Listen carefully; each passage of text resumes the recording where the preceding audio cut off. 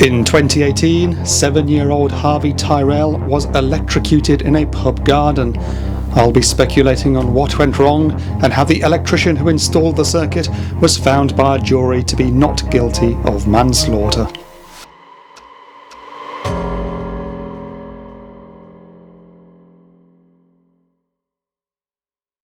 Hello, it's David at DCES UK, and this is a change of format to the usual considering the seriousness of the subject. So none of the trademark bad language and tedious jokery today, as what we have here is a tragic case of a child's preventable death by electrocution, and my commentary on what came out in court. I wasn't in the courtroom, of course, so this presentation and any opinions I have on the matter are based on what the press have reported, and source material will be referenced throughout. This is a non-profit video with no advertising. I want to talk about what seems to have happened here without anyone thinking I'm trying to line my own pockets. Just how did an electrician be found not guilty of manslaughter by gross negligence after a child died from a circuit he installed? I may have an answer. This sad incident occurred on a warm September afternoon at the King Harold Public House in Romford, which has stood on the corner of Station Road and Arundel Road in Harold Wood for 150 years. In 2017, it saw a facelift and a rebrand simply as The Harold. On the afternoon of Tuesday 11th September 2018, 7-year-old Harvey Tyrell and his parents visited the pub. Harvey was playing outside with a friend, and reports vary a bit here, but it seems Harvey was in contact with what has been described as a posh or decorative Class 1 light fitting of some kind, either standing on it, sitting on it, or in some kind of physical touch contact with it, depending on what you read, when he reached out and came into simultaneous contact with a metal railing physically grounded into earth. This completed a circuit, with current running from the supply transformer, through the supply cabling to the pub's distribution board, through the fuse, down the lighting wiring, through Harvey, into the metal railing and back through earth to the supply transformer. The fuse wouldn't have blown, of course, as the current was likely to have been at a value below its rating, it being there to protect the wiring from overload, not to protect a person in contact with live parts. Tragically, horrifically, Harvey died at the scene in front of his parents and other patrons. 2 people ended up in legal hot water over this: the pub's landlord, one David Behrman, and his brother-in-law Colin Naylor, a 73-year-old electrician supposedly with 50 years' experience. Behrman was tried in 2020 and pleaded guilty to manslaughter by gross negligence, and indeed we'll have a closer look at his role. His sentencing was delayed pending Naylor's trial. However, on 16th February 2021, Naylor was perhaps surprisingly cleared of the same charge. So how is it that the landlord is guilty and the electrician is acquitted? I'll come to that. Naylor is still to be sentenced under a health and safety offence, so may yet see a fine or something stiffer for his part in this awful event. On the face of it, the pub looks like a decent place to down a pint, but in 2018 there were underlying electrical issues identified by local authority inspectors at least as far back as 2009.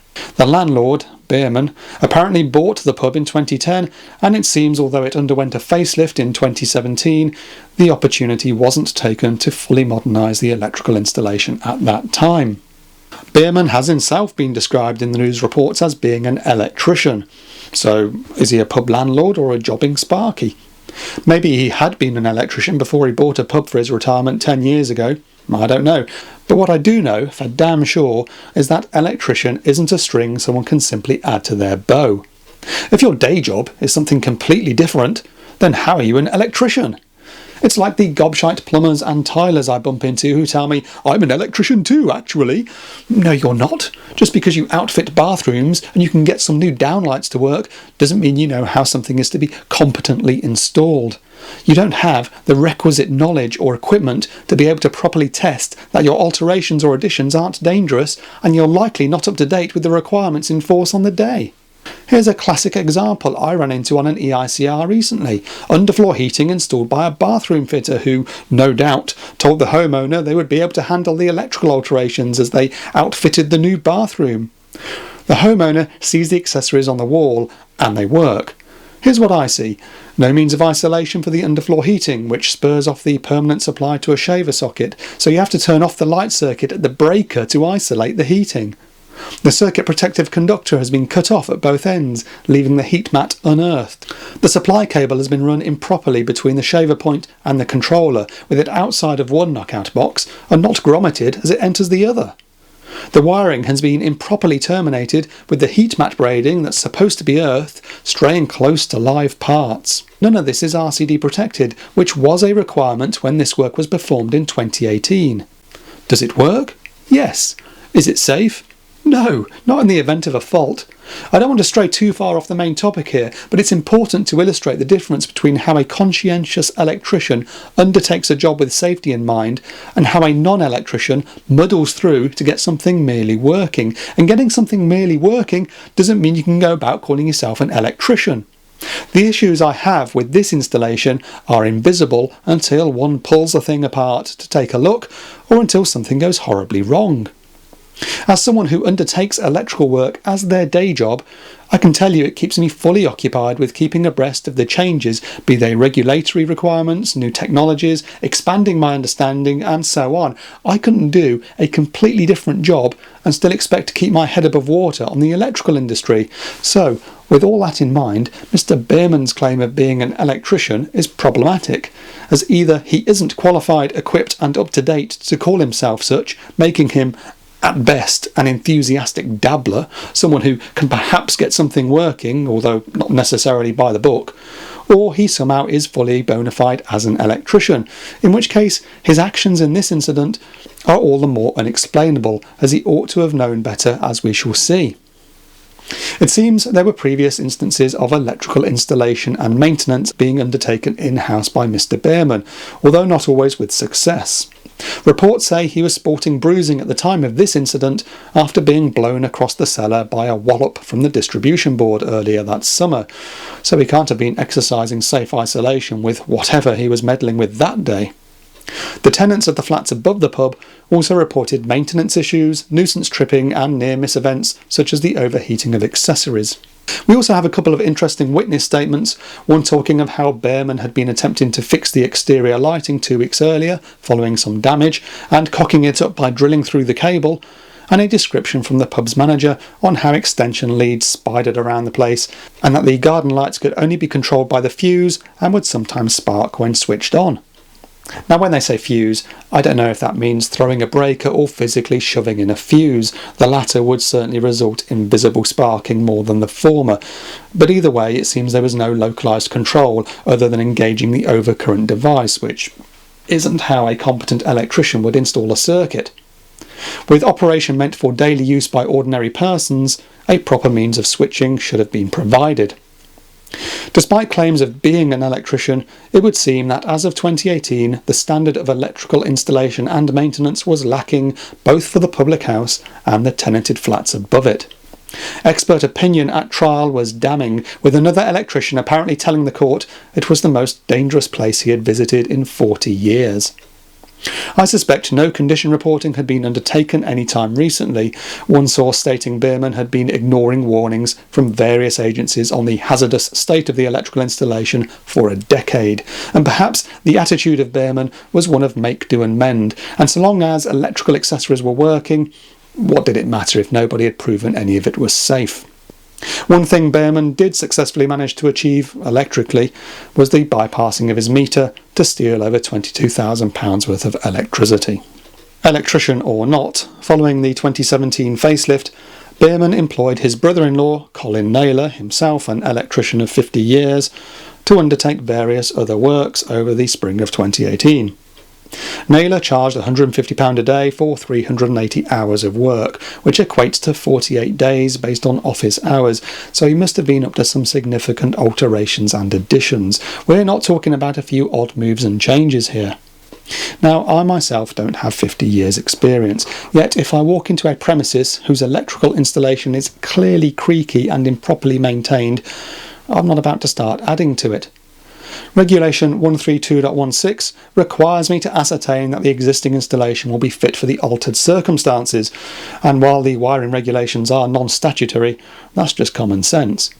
If you start dicking with something that's obviously problematic before you begin, you're opening yourself up to all sorts of risk, from the customer blaming you for something subsequently not working right, to finding yourself in court because someone is dead. So if red flags had been raised regarding the state of the electrical installation in prior years, and without any evidence of any recent inspection and testing, how did Naylor, an experienced electrician, not know the electrical installation was in poor condition over the weeks he worked there? And here's where things contradict themselves. Naylor himself says he raised his eyebrows at the state of the distribution boards, yet he also said he never saw any evidence of any faults, and that he never saw any evidence of anything dangerous or badly done in that pub. We may also presume from this that he saw no evidence of the meter being fiddled, and I'm making no suggestion he was aware of that crime. We know Naylor had over 2 months' work at this commercial premises. We don't know the full extent of that work other than it involving new lighting in the latest toilet, a new socket for a fruit machine, security lighting, bar lighting, and crucially, a new lighting circuit for the beer garden. If Naylor raised his eyebrows at the distribution board, as he says, what was it in relation to if he didn't think it was outright dangerous? Was it perhaps ancient? Was its obsolescence the reason for his eyebrows resisting gravity? I don't know what DB was installed, so I can't say. What I do know is that most of us would figure that with 10 weeks' work in the diary, it would be a good start by ensuring the source of the installation is sound, as all the alterations and additions will be hanging off it. Take earthing, for example. I'm not familiar with the premises, but it's likely to have a supplier's earth, or if not, then a rod or ground stake of some kind. All the final circuits are supposed to be connected to that earth, so that in the event of a fault, there is a low impedance path for the current to flow down to get back to the supply transformer.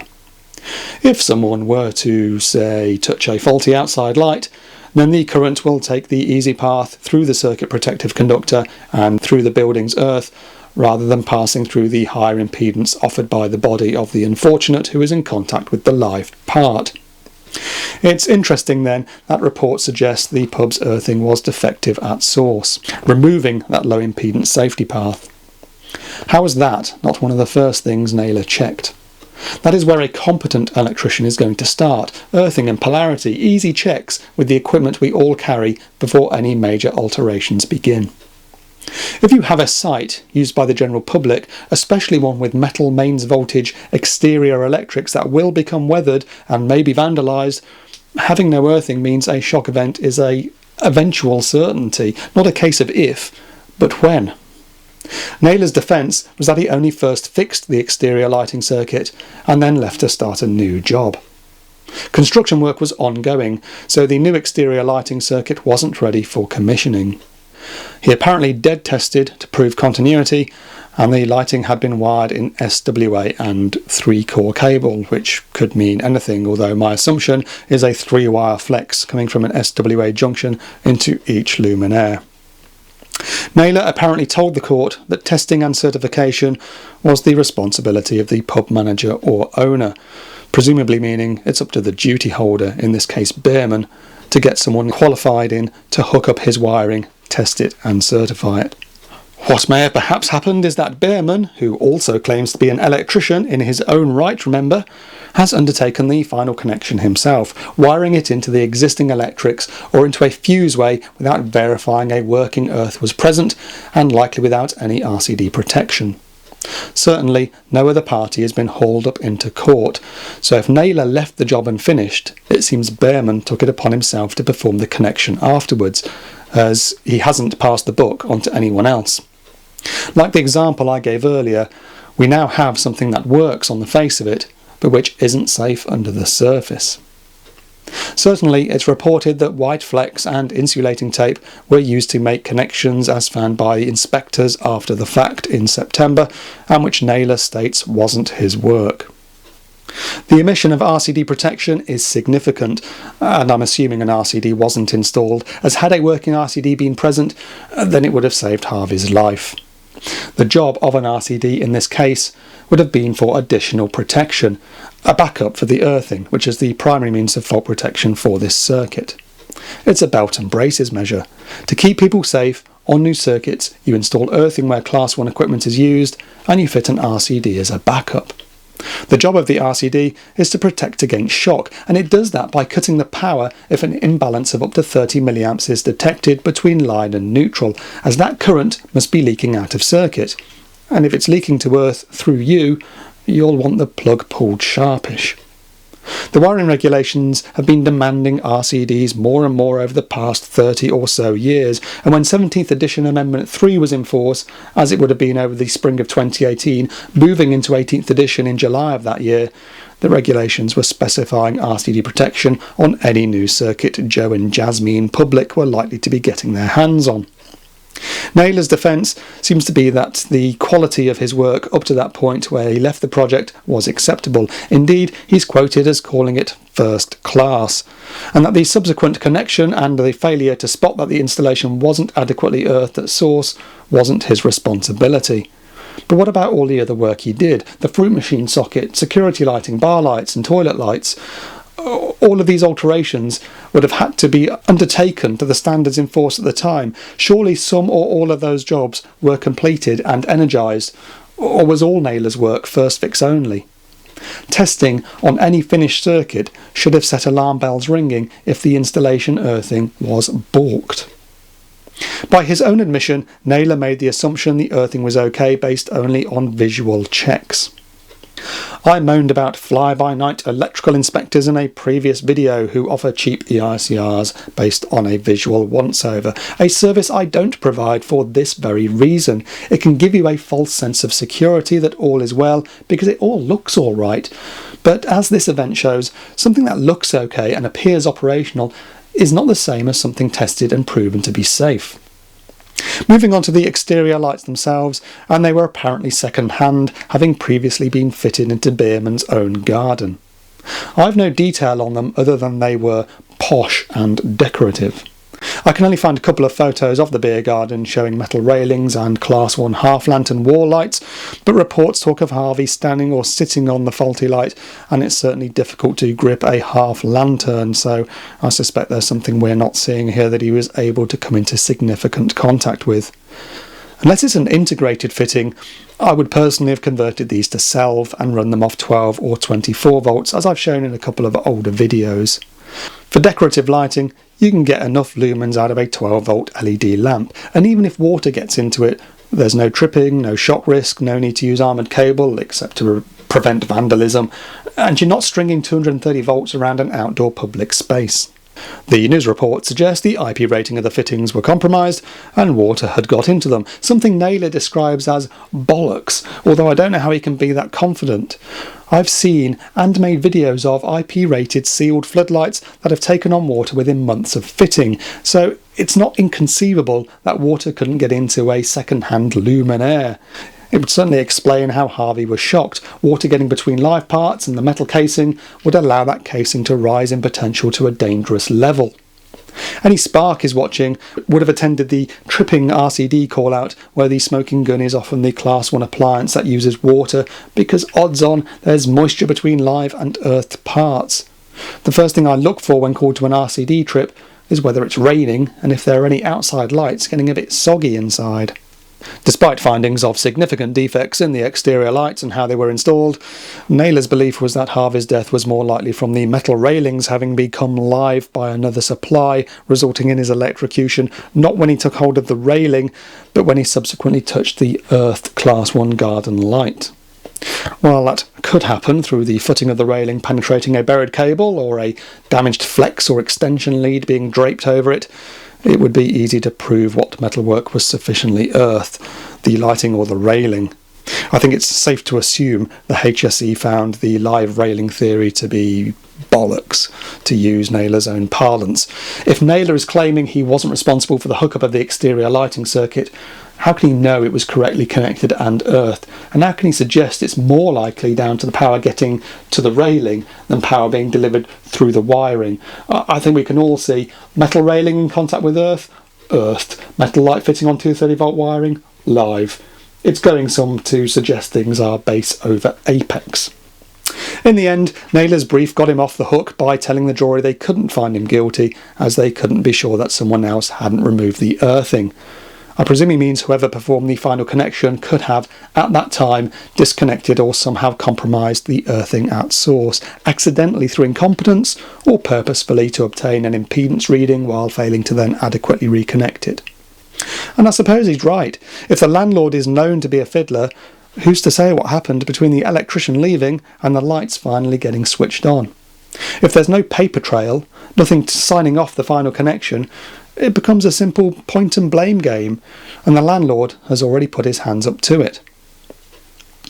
Naylor could have got himself out of hot water had he any evidence of testing the work he undertook in the spring. Even if the garden lights weren't complete, had he certified the other circuits he altered, then that should have proven the installation was earthed at source at the time he was there. On the certificate, under comments on existing installation, he could also have covered his arse by stating the installation shows evidence of ageing and improper modification, and that a condition report and upgrading work have been strongly recommended to Behrman, who is the duty holder. There's nothing to suggest Naylor provided the court with any evidence of testing or certification, and that's why he found himself in the dock. Although he ducked the manslaughter charge, he's yet to be sentenced for a health and safety violation, and that's because he has no defence under Regulation 29 of Electricity at Work regulations, which are statutory. If you can prove you took all reasonable steps and exercised all due diligence to avoid committing an offence, that's your literal get-out-of-jail card. Guilty until proven innocent, my lord. That's how Regulation 29 gets you, and an electrician of 50 years should have known it. EAWR has been around in its current form since 1989 and is nothing new. There are lessons to be learned from this tragedy for both electricians and non-electricians. If, as a non-electrician, you want to dick around with your electrical installation, then it's on you. If you live alone and have no friends who visit, then you may accept that risk. But if others live with you, or you're fiddling with things in a building others work in or otherwise frequent, then you're an asshole because you're putting those people in danger without appraising them of the risk. If something goes wrong, maybe you'll be contrite. Maybe you'll plead guilty without a fight. Maybe you'll accept your sentencing without argument. But maybe someone else will be dead or have life-changing injuries. For the safety of yourself and others, exercise your due diligence as a duty holder by keeping your electrical installation maintained by competent persons. By undertaking his own shoddy modifications, Behrman was probably rendering his insurance void at best, putting the lives of his punters and tenants at direct risk at worst. And it wasn't he who paid the ultimate price, it was an innocent child. If you're an electrician undertaking work, the first thing you do is to check the basics, such as earthing and polarity. If the site, like this, shows eyebrow-raising evidence of improper modification or poor maintenance, then you have 3 courses of action, the obvious 2 being to either convince the client to bring things up to standard, or simply walking away from the job. The third option is to undertake your work if you can be damn sure the additions and alterations you intend to make can be done so to the standards in force on the day, and that you're not making things any less safe.